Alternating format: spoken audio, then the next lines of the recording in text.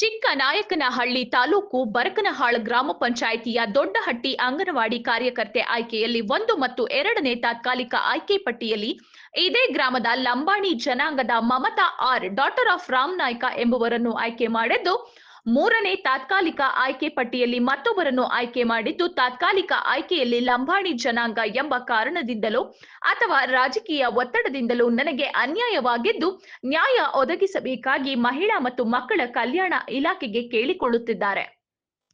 ಆಯ್ಕೆ ಆದಾಗ ನನ್ನ ಎಲ್ಲ ಡಾಕ್ಯುಮೆಂಟ್ಸ್ನ ವೆರಿಫಿಕೇಷನ್ ಮಾಡೋಕ್ಕೆ VA ಅವರು ಬಂದಿದ್ದರು.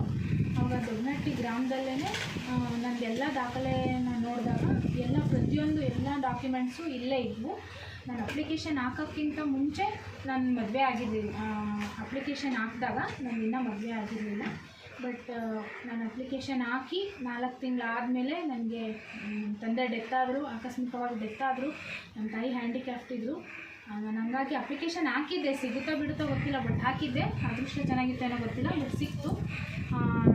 ಮತ್ತು 4 ತಿಂಗಳಾದಮೇಲೆ ನನ್ನ ಮದುವೆ ಆಯಿತು. ಮದುವೆ ಆದಮೇಲೂ ಕೂಡ ನಾನು BSc ಮಾಡ್ತಾಯಿದ್ದೆ ತುಮಕೂರು ಯೂನಿವರ್ಸಿಟಿನಲ್ಲಿ. BSc 5th ಸೆಮ್ಮಲ್ಲಿ ಓದ್ತಾಯಿದ್ದೆ. ಆವಾಗ ಇನ್ನೂ ಮದುವೆ ಮದುವೆ ಆಗೋ ಮೂಮೆಂಟಲ್ಲೇ 5th ಸೆಮ್ ಓದ್ತಾಯಿದ್ದೆ. ಆವಾಗ ನಾನು ಹಾಸ್ಟೆಲ್ನಲ್ಲಿದ್ದು ಓದಬೇಕಾದಂಥ ಪರಿಸ್ಥಿತಿ ಬಂದಿತ್ತು. ಹಂಗಾಗಿ ನಾನು ಡಿಗ್ರಿ ಕಂಪ್ಲೀಟ್ ಮಾಡಬೇಕು ಅಂತಲೇ ಮತ್ತೆ ತುಮಕೂರಿಗೆ ಹೋಗಿ 6th ಸೆಮ್ ಫೈನಲ್ ಇಯರ್ ಪೂರ್ತಿ ಮುಗಿಸ್ಕೊಂಡು ಬಂದು ಎಲ್ಲ ಕಂಪ್ಲೀಟಾಗಿ ಬಂದು ನಾನು ಇಲ್ಲೇ ನಮ್ಮ ಅಮ್ಮನ ನೋಡ್ಕೊಂಡಿದ್ದೀನಿ.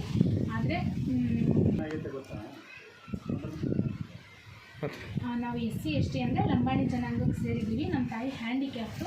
ಇವಾಗ ಸೆಕೆಂಡ್ ಲಿಸ್ಟಲ್ಲಿ ಬಂದಾಗ ನಂದೆಲ್ಲ ದಾಖಲೆ ಪರಿಶೀಲನೆ ಮಾಡೋಕ್ಕೆ ಬಂದಾಗ ಊರಿನವರು ಬೇಡವೇ ಬೇಡ ಅಂದರೆ ಇವ್ರಿಗೆ ಲಂಬಾಣೀಸ್ ಅಂತ ಏನೋ ಉದ್ದೇಶನೋ ಗೊತ್ತಿಲ್ಲ, ಅವ್ರು ಇಂಡೈರೆಕ್ಟಾಗಿ ಹೇಳಿದ್ರು.